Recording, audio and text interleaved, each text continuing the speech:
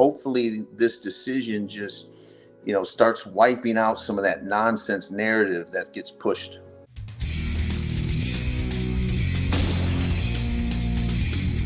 In today's video, Attorney John Deaton discussed the latest with the SEC Ripple XRP lawsuit, the recent summary judgments from Ripple and the SEC, and what's next for the procedural process, likelihood of a settlement soon.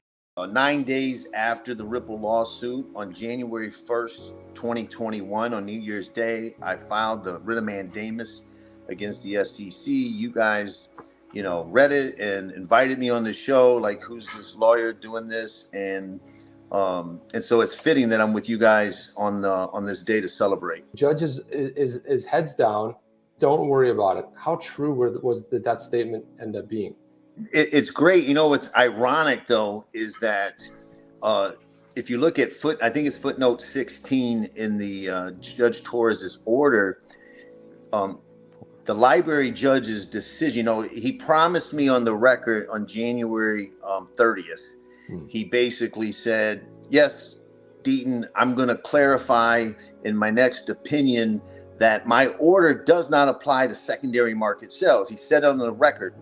And then he ultimately chose not to go that far and just said that, people are not, the injunction doesn't apply to holders and people with consumptive use. But what's interesting is I was on a show and someone said, do you think Judge Torres is paying attention to the library case? And I said, absolutely. She understands appreciates how big this is. She cited the January 30th hearing because his order wasn't out yet when she wrote this opinion, where he said that his order didn't apply to secondary market sales. And that's just fantastic. So she took the best part of the library case and cited it, but didn't follow the same rationale that he did. But like I said on that Spaces, it's different circuit, different law, slightly different at least. And I was always confident. One thing I'm sure you guys will be able to corroborate. From the beginning, I've said, I believe Judge Torres is the right judge.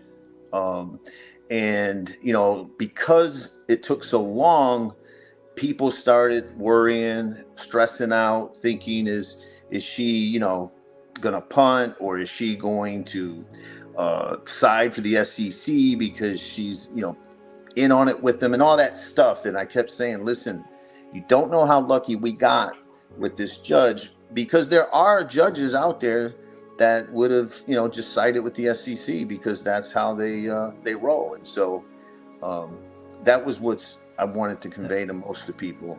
And she proved it. How is it that, the entire media, everybody, we read into this, we see XRP not as security on the secondary market. However, the institutional sales, they still see, they still find that there was an issue. There was some impropriety with the original institutional sales. So the SEC comes out, they don't even focus on the better half. Obviously, they only focus on that part. And they say, basically, they're gloating like they won something. Right. And a lot of people who are not paying attention to this case will believe them. They'll be gaslit that, Ripple was found that they violated Section 5 with the institutional sales, $700 million, right? I mean, if you just read that, people are going to think this was an SEC win. And I've always maintained that you can make a case, and Ripple disagrees with me, obviously, but that you can make a case with the direct sales early on, because all altcoins start off like that. It's just the reality. And so therefore, and as I said, when I first won your show over 2.5 years ago, I said I wouldn't have even got involved if the complaint would have said direct sales by Ripple investment contracts. If they'd have limited it to that, I wouldn't be here today, and this wouldn't have. But instead, they wanted to go with that stupid, crazy, nonsensical, unsupported by the law theory that XRP represents the investment contract. And that got slammed down today. And that was one of my favorite parts, because I was battling people on Twitter this theory that XRP represents all the promises and efforts and inducements that Ripple made over, a course of 8 years, and it represents the investment contract. And I'm like, well, wait a minute. There's no case in history that says the asset represents the investment contract. It's either an investment contract or it's not. There's no representation of an investment contract. What's that even mean? Right? And so the fact that she just hammered that away was very satisfying. Yeah, and also and remember, XRP holders flushed that out, because when we did our motion to intervene, when the SEC responded, that's what they said. They said, "Oh, Deaton's claiming that we're saying XRP is a security per se. We're not saying that. What we're saying is that the XRP, even traded in the secondary market, represents the investment contract." So they flushed out their argument, which made no sense. If you look at XRP holders' brief, I cite all those cases that she cited: the condos, the whiskey, the beavers, the chinchillas, condos, all of them. And so it was very satisfying, because the one thing that was driving me crazy, it really was, and you got to understand, I'm not a securities lawyer, right, by trade. And so would be especially Bitcoin maxis who would get up there and say, and very smart people like Michael Saylor, literally a rocket scientist from MIT. So, he's brilliant, off the chart intelligence, would say XRP is a security. It's like, dude, it's software code. It could be packaged like any asset, like Bitcoin was in 2013 in SEC v. Shavers. Did you read that case? Because Bitcoin was packaged as an investment contract, but Bitcoin's not a security. Oh, XRP is a security because, Ripple pre-mined it, and that's it. It meets the Howey test. And all of these people say that, and they probably haven't even read Howey. You know what I mean? Statement when they spoke with him, wasn't there something in there where he thought you had to satisfy only one or two of the prongs of the Howey? He's an attorney. How does he not know that? Yeah, what he said was that, in his opinion, you do not have to satisfy all three factors. And then he just says, I think there's case law that supports that. And that's just not true. And here's the director of corporation and finance, a securities lawyer, that brought some of the biggest IPOs like Alibaba to the market, literally spouting nonsense.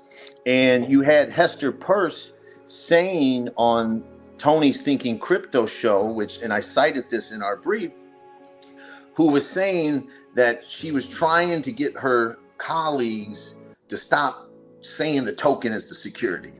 And she was like, well, it's like a shorthand. Well, no, that's an unconstitutional shorthand then, right? To just say, well, the security. No, it's not. The circumstances, the scheme. And so when Judge Torres just flat out, and I was very happy because I did say that I believed that she was going to address the token itself.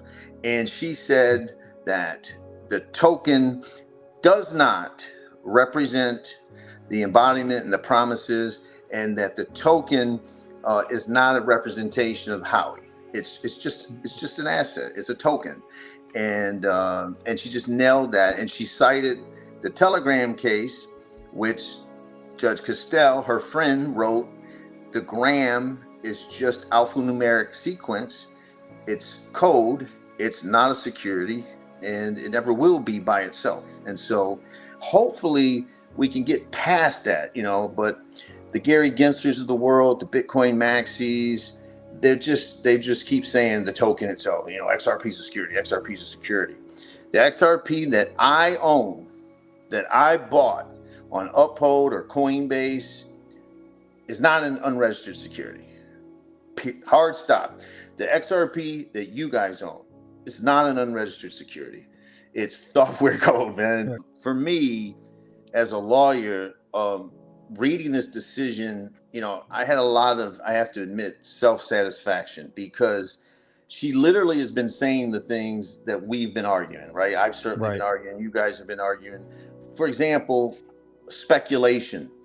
People say, well, speculation. If you read Howey, which many of these people don't, after the Howey case says all that matters is the test.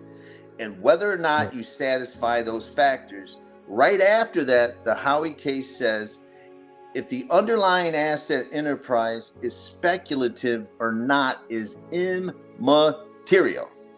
And so, and says, and whether the asset has intrinsic value is immaterial. Yet you've heard Gary Gensler talk about speculation, cryptos don't have any intrinsic value. So when Judge Torres also says speculation alone means nothing. People buy a horse, they hope it goes up, right? So what? People buy assets, and just because they speculate or want it or desire it to go up doesn't make it an investment contract. And so so that's what I mean, is that hopefully this decision just, you know, starts wiping out some of that nonsense narrative that gets pushed.